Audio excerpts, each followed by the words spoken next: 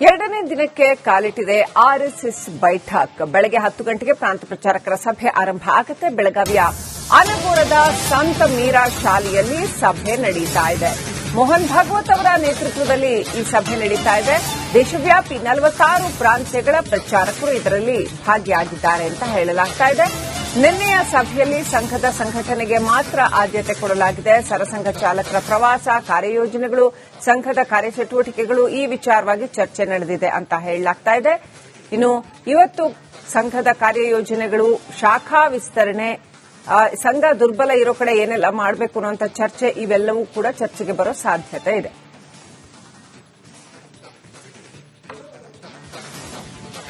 ಇನ್ನಷ್ಟು ಅಪ್ಡೇಟ್ ಪಡ್ಕೊಂಡು ಪ್ರತಿನಿಧಿ ಮೈಲಾರಿ ಪಟಾತ್ ಕನೆಕ್ಟ್ ಆಗಿದ್ದಾರೆ. ಮೈಲಾರಿ, ಈಗ ಎಲ್ರಿಗೂ ಗೊತ್ತಿರೋದೇನು ಅಂತಂದ್ರೆ ಹಲವು ದಿನಗಳಿಂದ ಅದು ಪ್ರಿಯಾಂಕ್ ಖರ್ಗೆ ಅವರ ಹೇಳಿಕೆ ಇರಬಹುದು ಅಥವಾ ಬಿಕೆ ಹರಿಪ್ರಸಾದ್ ಅವ್ರ ನೆನ್ನೆ ಕೊಟ್ಟರಂತ ಹೇಳಿಕೆ ಇರಬಹುದು. ಇದ್ರ ಬಗ್ಗೆ ಎಲ್ಲ ಆರ್ಎಸ್ಎಸ್ ಎಲ್ಲೂ ಕೂಡ ಬಂದು ಅದನ್ನ ಖಂಡಿಸೋದಾಗ್ಲಿ, ಅದಕ್ಕೆ ರಿಯಾಕ್ಟ್ ಮಾಡೋದಾಗ್ಲಿ ಅಂತದ್ದು ಏನೂ ಮಾಡಿಲ್ಲ. ಈ ಹಿಂದೆ ಒಂದ್ಸಾರಿ ಮೋಹನ್ ಭಾಗವತ್ ಅವರು ರಿಜಿಸ್ಟ್ರೇಷನ್ ಬಗ್ಗೆ ಮಾತಾಡಿದ್ ಬಿಟ್ರೆ ಬೇರೆ ಎಲ್ಲೂ ಅಂತದ್ದೇನು ಮಾತಾಡಿಲ್ಲ. ಮೈಲಾರಿ, ಈಗ ಈ 3 ದಿನಗಳಲ್ಲಿ ಯಾವ್ದಾದ್ರೂ ಮುಖಂಡರು ಬಂದು ಮಾಧ್ಯಮಕ್ಕಾಗ್ಲಿ ಅಥವಾ ಬಹಿರಂಗವಾಗಿ ಏನಾದ್ರೂ ಮಾತನಾಡ್ತಾರಾ? ಆ ತರ ಪ್ರೊಬಾಬಿಲಿಟೀಸ್ ಇದೆಯಾ? ಸಾಧ್ಯತೆಗಳಿದೆಯಾ? ಆಮೇಲೆ ಏನ್ ನಡೀತಾ ಇದೆ ಈ 3 ದಿನಗಳ ಚರ್ಚೆ ಅಂತಂದ್ರೆ ಏನೇನು ವಿಚಾರ ಚರ್ಚೆ ಮಾಡ್ತಾರೆ? ಯೂಶಲಿ ಎಲ್ಲದನ್ನೂ ಅವ್ರು ಹೊರಗಡೆ ಬಿಟ್ಕೊಡೋದಿಲ್ಲ. ಆದ್ರೆ ನಿಮ್ಗೆ ಈಗ ಲಭ್ಯ ಇರೋ ಮಾಹಿತಿ ಪ್ರಕಾರ ಯಾವೆಲ್ಲ ವಿಚಾರಗಳನ್ನ ಚರ್ಚೆ ಮಾಡ್ತಾ ಇದ್ದಾರೆ ಈ ಬೈಠಕ್ನಲ್ಲಿ?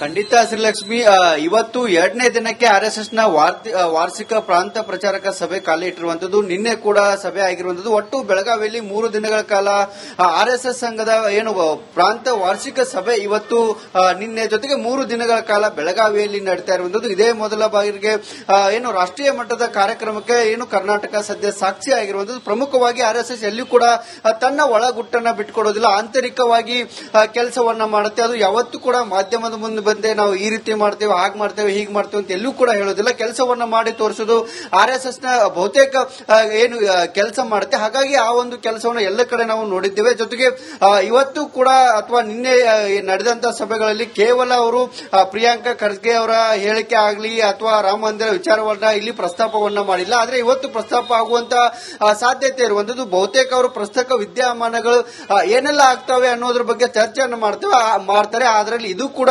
ಇರೋದ್ರಿಂದ ಇದನ್ನು ಕೂಡ ಚರ್ಚೆ ಮಾಡ್ತಾರೆ ಅನ್ನೋದು ಕೂಡ ಇಲ್ಲಿ ಇರುವಂತದ್ದು. ನಿನ್ನೆ ಸಂಘಟನೆಗೆ ಬಹುತೇಕ ಆದ್ಯತೆಯನ್ನ ಕೊಟ್ಟಿರುವಂತದ್ದು. ಸಂಘಟನೆಯ ಏನೆಲ್ಲ ಕೆಲಸಗಳನ್ನು ಮಾಡಬೇಕು, ಜೊತೆಗೆ ಬರುವಂತಹ ಶತಾಬ್ದಿ ವಿಜಯದಶಮಿಗೆ ಶತಾಬ್ದಿ ಸಂಭ್ರಮಾಚರಣೆ ಇರುವಂತದ್ದು. ಹಾಗಾಗಿ ಸರಸಂಘ ಚಾಲಕರ ಪ್ರವಾಸದ ವಿವರ ಇರಬಹುದು, ಜೊತೆಗೆ ಪ್ರಾಂತ ಪ್ರಚಾರಕರಿಗೆ ನಾವು ಏನೆಲ್ಲ ಕೆಲಸಗಳನ್ನ ಕೊಟ್ಟಿದ್ದೀವಿ, ಜವಾಬ್ದಾರಿಗಳನ್ನ ಕೊಟ್ಟಿದ್ದೀವಿ, ಆ ಜವಾಬ್ದಾರಿಗಳ ಫೀಡ್ಬ್ಯಾಕ್ ಏನಿದೆ, ಏನೇನ್ ಮಾಡಬೇಕು ಅನ್ನೋದ್ರ ಬಗ್ಗೆ ನಿನ್ನೆ ಸಂಪೂರ್ಣವಾಗಿ ಚರ್ಚೆ ಆಗಿರುವಂತದ್ದು. ಇವತ್ತು ಕೂಡ ಏನು ಸಭೆ 10 ಗಂಟೆಗೆ ಆರಂಭ ಆಗುತ್ತೆ, ಸಂಜೆ 6 ಗಂಟೆಗೆ ಕೂಡ ನಡೆಯುತ್ತೆ. ಮೋಹನ್ ಭಾಗವತ್ ಅವರ ನೇತೃತ್ವದಲ್ಲಿ ಈ ಒಂದು ಸಭೆ ಆಗುತ್ತೆ. ಪ್ರಮುಖವಾಗಿ ಇವತ್ತಿನ ಸಭೆಯಲ್ಲಿ ಶಾಖಾ ವಿಸ್ತರಣೆಗಳಿರ್ಬೋದು, ಸಂಘಟನೆ ಮಾಡಬೇಕಿರುವಂತಹ ಕಾರ್ಯಗಳೇನು, ಜೊತೆಗೆ ಕಾರ್ಯ ಯೋಜನೆಗಳೇನು, ಜೊತೆಗೆ ಏನೆಲ್ಲ ಮಾಡಬಹುದು ಮತ್ತು ಸಮಕಾಲೀನ ವಿಚಾರಗಳ ಬಗ್ಗೆ, ಜೊತೆಗೆ ಸಂಘದ ಏನು ಬರುವಂತ ವರ್ಷಗಳಲ್ಲಿ ಏನೆಲ್ಲ ಮಾಡಬೇಕು ಅನ್ನೋದ್ರ ಬಗ್ಗೆ ಒಂದು ದಿಕ್ಸೂಚಿಯನ್ನ ಇವತ್ತು ಏನ್ ರೆಡಿಯನ್ನ ಮಾಡ್ತಾರೆ. ನಾಳೆ ಪ್ರೆಸ್ ಮೀಟ್ ಮಾಡುವಂತ ಸಾಧ್ಯತೆ ಇರುವಂತದ್ದು. ಏನೆಲ್ಲ ಮಾಡಿದ್ದೇವೆ ಅನ್ನೋದ್ರ ಬಗ್ಗೆ ಸಂಕ್ಷಿಪ್ತವಾಗಿ ಅವರು ಪ್ರೆಸ್ ಮೀಟ್ ಮಾಡಿ